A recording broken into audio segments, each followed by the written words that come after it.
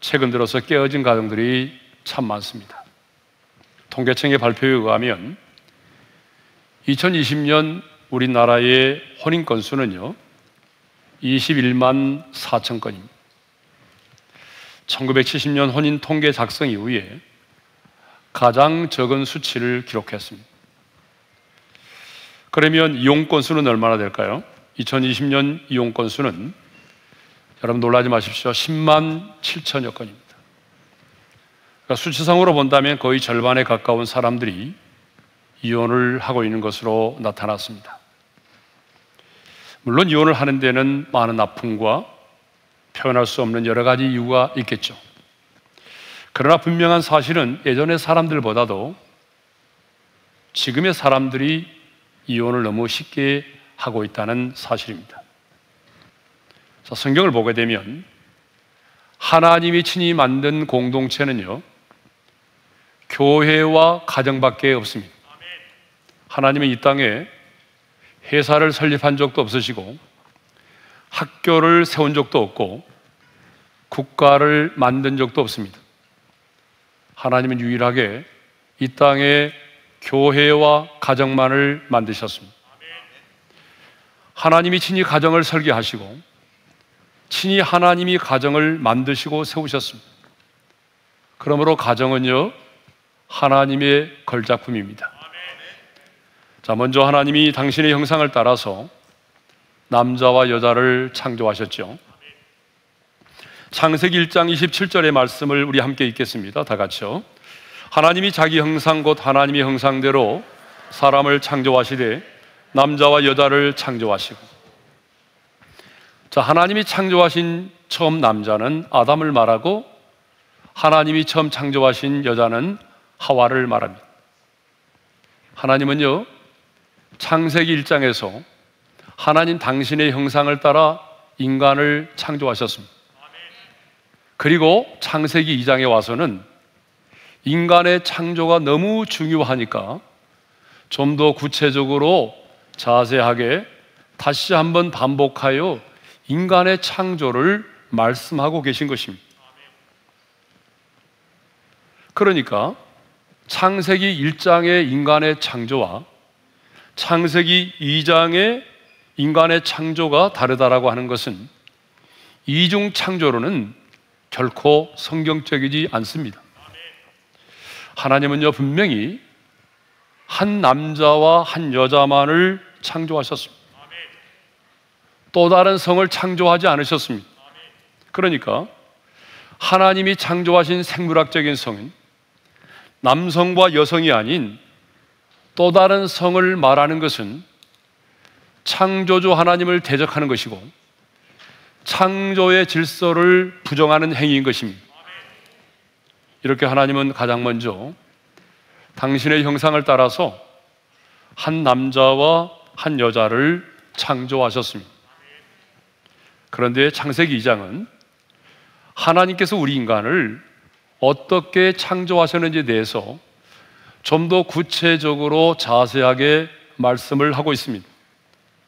자, 먼저 하나님이 땅의 흙으로 사람을 지으시고 코에 생기를 불어넣으사 생명이 되게 하셨습니다. 바로 이 사람이 누구죠? 바로 아담입니다. 그런데 하나님께서 보실 때에 아담 혼자 사는 것이 좋지 않아 보였습니다.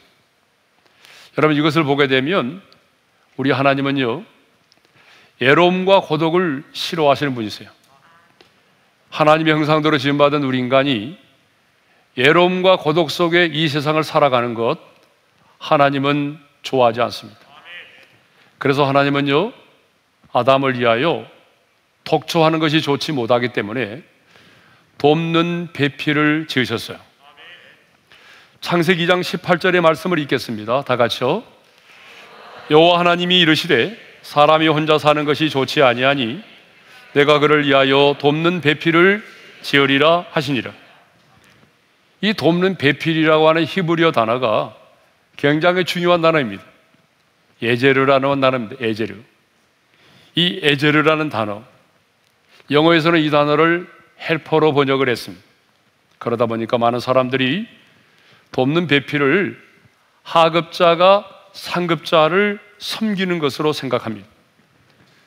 이 돕는 배필 에제르를 부수적인 존재로서의 보조나 도움이 정도로 생각합니다.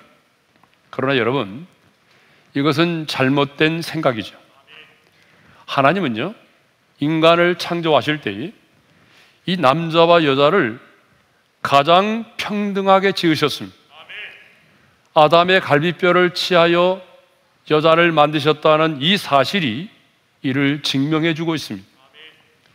자, 돕는 배필 에제르라고 하는 단어는요, 보조나 도우미를 뜻하는 말이 결코 아닙니다. 어시스트라는 말도 아닙니다. 돕는 배필이라고 하는 단어, 이 에제르가 성경에서 어떻게 사용되었는지를 보게 되면 돕는 배필이라는 의미가 어떤 것인지를 우리가 확실하게 이해할 수가 있습니다. 성경에 보면 이 돕는 배필 에제르라고 하는 단어가 무려 20여 군데 사용됐습니다. 그런데 한결같이 하나님이 우리를 돕는다, 하나님이 우리를 돕는다 할 때에 이 에제르라고 하는 단어가 사용됐습니다. 이제 성경 몇 구절을 좀 찾아볼 텐데요. 시편 54편 4절의 말씀을 먼저 읽겠습니다. 다 같이요. 하나님은 나를 돕는 이시며 주께서는 내 생명을 붙들어 주시는 이시니다. 거기 하나님은 나를 돕는 이시며 할 때 그 돕는다는 뜻이 에제르입니다. 출애굽기 18장 4절의 말씀도 읽겠습니다. 다 같이요. 하나의 이름은 엘리에셀이라. 이는 내 아버지의 하나님이 나를 도우사 바로의 칼에서 구원하셨다 함이더라. 거기도 하나님이 나를 도우사라고 할 때에 바로 그 단어가 돕는 배필이라고 하는 에제르라는 단어입니다. 한 권 더 읽어보겠습니다. 신명기 33장 26절의 말씀입니다. 다 같이요. 여수르니여 하나님 같은 이가 없도다. 그가 너를 도우시려고 하늘을 타고 궁창에서 위엄을 나타내시는도다. 그가 너를 도우시려고, 하나님이 너를 도우시려고 한다 할 때에 바로 에제르라는 단어가 사용됐습니다. 자, 이렇게 성경을 보게 되면 돕는 배필 에제르라고 하는 단어는 하나님께서 우리가 할 수 없는 일을 도와주시고 우리의 필요를 채워주시는 분으로 묘사할 때에 사용되었습니다. 그러므로 여러분, 돕는 배필이라고 하는 말은 없어서는 안 될 동반자라는 그런 의미죠. 우리의 인생 가운데 없어서는 안 될 인생의 동반자가 누구예요? 바로 돕는 배필 에제르입니다. 자, 우리가 신약에서요, 성령님을 보혜사라고 부릅니다. 이 보혜사라고 하는 말은 헬라어로 파라클레토스라는 의미죠. 이 말의 뜻이 뭐죠? 우리 곁에서 우리를 도와주시는 분이라는 말이죠. 그런데 우리는 보혜사 성령님을 우리의 뜻을 성취하는 일에 있어서 우리를 부수적으로 돕는 도움이나 종처럼 우리를 돕는 조력자로 생각하지 않습니다. 여러분이 보혜사 성령님을 그렇게 생각하십니까? 아니죠. 우리 그렇게 생각하지 않아요. 우리가 하나님의 사람으로서 영적인 전쟁을 치르고 하나님의 사람으로 살아갈 때에 반드시 보혜사 성령 하나님께서 우리 곁에 계시면서 우리를 위로해 주시고 우리를 도와주셔야만이 우리가 선한 싸움에서 승리할 수 있고 열매를 맺는 것입니다. 마찬가지로 이 세상을 살아가는 우리에게 있어서 여자는 남자의 부수적인 조력자나 도우미가 아니라 하나님의 도우심처럼, 보혜사 성령 하나님처럼 우리 곁에서 우리를 도와줘야만 하는, 우리의 인생 가운데 없어서는 안 될 인생의 동반자인 것입니다. 그러니까 돕는 배필이라는 말은 여러분들의 오해가 없기를 바랍니다. 자, 이렇게 하나님이 당신의 형상대로 인간을 창조하시고 여성을 돕는 배필로 지으셨습니다. 그 다음에 하나님은 아담과 하와가 함께 거하며 살 수 있는 에덴 동산을 친히 만드셨어요. 창세기 2장 8절의 말씀을 읽겠습니다. 다 같이요. 여호와 하나님이 동방의 에덴의 동산을 창설하시고 그 지으신 사람을 거기 두시니라. 하나님이 에덴 동산을 만드셨습니다. 왜 하나님이 에덴 동산을 만드셨습니까? 당신의 형상을 따라 지음받은 우리 인간들로 하여금 거기 거하며 살도록 하기 위해서입니다. 인간이 거하며 살기에 가장 적당하고 가장 아름답고 모든 것이 풍성한 에덴 동산을 하나님이 먼저 만드셨습니다. 그리고 거기에 아담과 하와를 두어 살게 하셨습니다. 거기 두셨다라고 하는 말은 그 지역에 살도록 하나님이 이치를 정해 주셨다는 얘기죠. 하나님은 이렇게 당신의 형상대로 인간을 지은 다음에 당신의 형상대로 지음받은 인간이 거하며 살 수 있는 에덴 동산을 하나님이 친히 창설하셨습니다. 얼마든지 천사를 시켜서 에덴 동산을 만들게 할 수도 있고 먼저 지음받은 아담으로 하여금 에덴 동산을 가꾸도록 할 수 있지만 하나님은 그렇게 하지 않으셨습니다. 하나님 자신이 에덴 동산을 설계하시고 하나님 자신이 에덴 동산을 준비하여 만드셨습니다. 하나님이 친히 창설하셨다라고 하는 이 말은 에덴 동산이 다른 지역과는 달리 특별한 곳이었음을 말하죠. 그리고 창세기 2장 24절을 보게 되면 하나님은요, 그 에덴 동산에서 아담이 그의 아내 하와와 합하여 둘이 한 몸이 되게 하셨습니다. 창세기 2장 24절의 말씀을 읽겠습니다. 다 같이요. 이러므로 남자가 부모를 떠나 그의 아내와 합하여 둘이 한 몸을 이뤘다. 자, 여기서 한 몸을 이뤘다라고 하는 말은 이것은 성관계를 통해서 부부가 한 몸이 되었음을 말합니다. 그런데 부모를 떠나서 그의 아내와 합하여 둘이 한 몸을 이룰지로다. 여러분, 이 말은 좀 이해가 안 가는 말이지 않습니까? 왜냐하면요, 그 당시에 아담과 하와에게는 자신을 낳은 육신의 부모가 없었거든요. 여러분, 그렇죠? 아담과 하와는 하나님이 창조하셨기 때문에 그들을 낳은 부모가 없습니다. 그럼에도 불구하고 왜 하나님은 이렇게 남자가 부모를 떠나서 그의 아내와 합하여 둘이 한 몸을 이룰지로다라고 말씀하셨을까요? 그것은 하나님께서 결혼이라고 하는 것이 무엇인가를 친히 설명하시기 위해서입니다. 여러분, 결혼이라는 제도를 만드신 분이 누구죠? 하나님이십니다. 그래서 하나님은 결혼이라고 하는 것이 무엇인가를 지금 우리에게 설명하고 있는 것입니다. 누가 하는 것입니까? 결혼은 부모를 떠나서 독립적으로 생활할 수 있는 자가 하는 것이죠. 부모에게 의존하지 않고 독립적으로 생활할 수 있는 자가 결혼을 하는 거죠. 그러니까 어린아이가 결혼하면 안 되는 거죠. 그러지 않아요, 여러분? 그 다음에 결혼은 누가 하는 거죠? 하나님이 창조하신 한 남성과 한 여성이 하는 것이죠. 남자와 남자끼리 하는 건 아니에요. 여자와 여자끼리 하는 것이 아닙니다.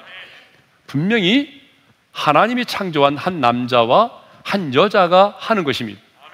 그리고 결혼이란 그 둘이 한 몸을 이루는 것이 바로 결혼입니다. 그렇습니다. 에덴 동산은 바로 하나님이 친히 만드시고 하나님이 세우신 최초의 가정이었습니다. 가정은 우연히 만들어진 것이 아닙니다. 철저하게 하나님께서 설계하시고 하나님이 준비하시고 하나님이 친히 창설하신 것이 바로 가정입니다.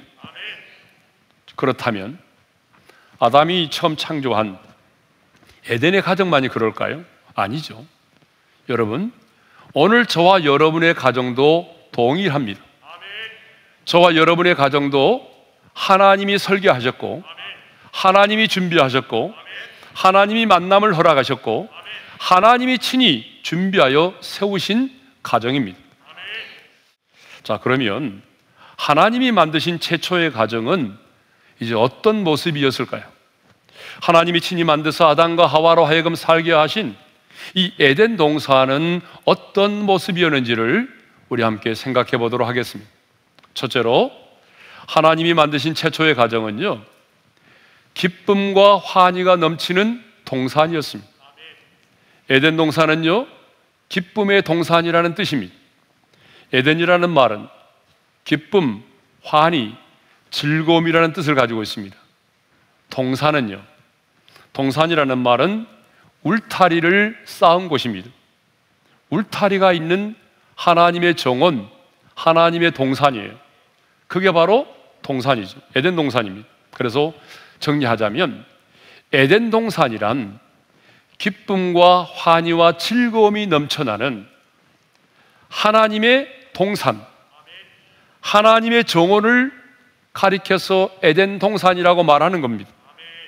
그렇습니다. 하나님이 만드신 최초의 가정은요, 기쁨과 환희와 즐거움이 넘쳐나는 곳이었습니다. 그렇습니다, 여러분. 하나님이 창조하신 가정은 기쁨과 환희가 있는 동산이어야 합니다. 왜 그럴까요? 여러분, 왜 가정은 기쁨과 환희와 즐거움이 있는 동산이어야 할까요? 가정은 쉼이 있고 안식이 있고 회복이 있기 때문이죠. 우리는 가정에 들어와서 가정에서 쉼을 얻습니다. 가정에서 안식을 얻습니다. 가정에서 회복을 경험합니다. 그리고 다시 생존 경쟁이 치열한 이 세상으로 나아갑니다. 그런데 언제부턴가 가정이요, 기쁨과 환희가 넘쳐나는 에덴 동산이 아니라 꼭 초상집과 같습니다. 가정이 너무 적막하고 한숨 소리가 떠나지 않습니다. 아니, 꼭 가정이 병원 같습니다. 근데 여러분, 우리의 가정은 병원이 아닙니다. 그러므로 하루의 일과 중에 짜증난 일도 있고 심각한 일도 있고 그럴지라도 그것을 가지고 가정으로 돌아가면 안 됩니다. 아무리 밖에서 힘들고 심각한 일이 있어도 그것을 가지고 집으로 들어와서 여러분 기도의 제목으로 이야기할 수는 있지만 그것 때문에 짜증내고 화내고 불평하면 여러분 우리의 가정은 초상집으로 변하는 거죠. 우리의 가정은 곧바로 병원과 같은 곳이 되어버리는 거죠. 저는 그래서 우리 오륜의 성도들의 여러분 가정이 정말 초상집이 아닌 잔치집과 같은 그런 가정이 되기를 바랍니다.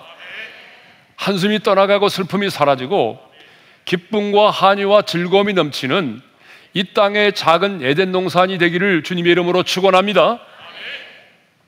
자, 두 번째로 하나님이 창조하신 최초의 가정은요, 사랑의 고백이 있는 동산이었다는 거죠.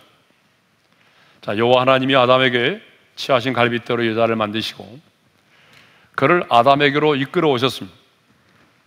그때 아담은 자신을 향하여 오는 그 아름다운 여자 하와를 보게 됐어. 그때 아담은 어떻게 반응했을까요? 무덤덤하게 반응했을까요? 아직 갈비뼈에 그 통증이 남아있어가지고 인상을 쓰면서 쳐다봤을까요? 아니죠. 이렇게 반응했어요. 우리 함께 읽겠습니다. 다 같이요. 아담이 이르되 이는 내 뼈 중에 뼈요 살 중에 살이라. 여러분, 우리말 성경엔 이는이라는 말이 지시대명사가 한 번밖에 안 나옵니다. 그런데 원어 성경을 보게 되면 지시대명사 이는이라는 말이 무려 이 구절에 3번이나 나옵니다. 이는 내 뼈 중에 뼈요 살 중에 살이라. 이는 남자에게서 취하였은즉 이는 여자라 칭하리라. 여러분, 이렇게 이는이라고 하는 지시대명사가 3번이나 반복하여 나온 것을 보게 되면 자신에게로 다가오는 하와를 바라보는 그 아담의 마음이 얼마나 감격스럽고 얼마나 기쁨이 충만했는지를 알 수 있어요. 자신을 향하여 걸어오는 그 하와를 바라보는 순간 아담은요 너무나 감격했어요. 너무나 기쁨이 충만했어요. 그래서 이는이라는 말을 3번이나 반복해서 합니다. 표현할 수 없는, 말로는 표현할 수 없는 그런 감동과 기쁨을 가졌어요. 그래서 그 지극한 기쁨과 만족을 표현하기 위해서 이는 내 뼈 중에 뼈요 살 중에 살이라고 고백을 했던 것입니다. 그런데 이는 내 뼈 중에 뼈요 살 중에 살이다라고 하는 이 고백은요, 내 뼈 중에 가장 내 뼈와 같고 내 살 중에 가장 내 살과 같은 존재, 즉 나보다 더 나 같은 존재라는 의미입니다. 그러니까 이 말은 당신은 내 뼈 중에 가장 소중한 뼈요, 내 살 중에 가장 소중한 살과 같은 그런 존재라는 말입니다. 아니, 당신은 내 몸의 뼈들보다도 더 귀하고 내 몸의 살들보다도 더 귀한 존재라고 하는 이런 사랑의 고백입니다. 이번 기회를 통해서, 이번 가정의 달을 맞이해서 우리 성도들의 가정에 사랑의 고백이 다시 회복되기를 원합니다. 부부지간만이 아니라, 제가 말씀드리는 것은 남편과 아내 사이만이 아니라 부모와 자식 간에도 아름다운 사랑의 고백이 있기를 원합니다. 왜냐하면 사랑의 고백은 사랑을 지속하게 만들어줄 뿐만 아니라 사랑을 더 풍성하게 만들어주기 때문입니다. 마지막으로 하나님이 창조하신 최초의 가정, 그 에덴 동산은 어떤 동산이었을까요? 부끄러움이 없는 동산이었습니다. 25절의 말씀을 읽겠습니다. 다 같이요. 아담과 그의 아내 두 사람이 벌거벗었으나 부끄러워하지 아니하느니. 아담과 하와 두 사람은 벌거벗었으나 부끄러워하지 않았습니다. 벌거벗었으나 전혀 부끄러움이 없었다라고 하는 말은 두 사람 사이 어떤 죄책감이나 수치심이 전혀 없었다는 것을 말하죠. 그렇습니다. 진정으로 둘이 한 몸이 되게 되면, 한 몸을 이루게 되면 한 사람의 아픔이 서로의 아픔이 되는 것이고 한 사람의 기쁨이 서로의 기쁨이 되는 것입니다. 진정으로 둘이 한 몸이 되면 벌거벗었으나 부끄러움이 없는 상태가 되는 것입니다. 하지만 죄가 들어오면, 죄가 가정의 분위기가, 그 죄로 말미암아서 가정의 분위기가 완전히 달라집니다. 죄가 들어오면 서로를 비난하게 됩니다. 죄가 들어오게 되면 수치심을 갖게 됩니다. 서로를 멀리하며 쳐다보는 것조차도 힘들어하죠. 부끄러워하게 되는 거죠. 아담과 하와도 마찬가지입니다. 아담과 하와도 범죄하고 난 이후에 하나님의 낯을 피하여 동산 나무 사이에 숨었다라고 기록하고 있습니다. 죄를 짓게 되면 자녀가 부모 보기에 부끄럽고 부모 역시 자식 보기가 부끄럽습니다. 그래서 자꾸 멀리 하려고 하죠. 실제로 자신이 지은 그 죄 때문에, 그 부끄러움 때문에 남편의 얼굴을 쳐다볼 수가 없고 아내의 얼굴을 쳐다보지 못하고 내가 지금 그 죄 때문에 사랑하는 자식의 얼굴을 쳐다보지 못하는 사람들이 얼마나 많은지 모릅니다. 그러므로 우리는 내가 좀 비록 가난하게 살고 어려운 형편 가운데 살지라도 부끄러움이 없는 삶을 살아서 사랑의 눈으로 내 자식을 바라볼 수 있는, 사랑의 눈으로 아내와 남편을 바라볼 수 있는 그런 하나님의 사람들이 될 수 있기를 바랍니다. 윤동주 시인이 죽는 날까지 하늘을 우러러 한 점 부끄러움이 없기를 갈망했던 것처럼 우리도 언제나 부끄러움이 없이, 수치심이 없이 내 남편의 얼굴을, 내 아내의 얼굴을, 내 사랑하는 자녀의 얼굴을 쳐다볼 수 있는 그런 사람이 될 수 있기를 바랍니다. 저는 우리 성도들의 가정이 서로에게 부끄러움이 없는 그런 아름다운 가정이 되기를 소망합니다.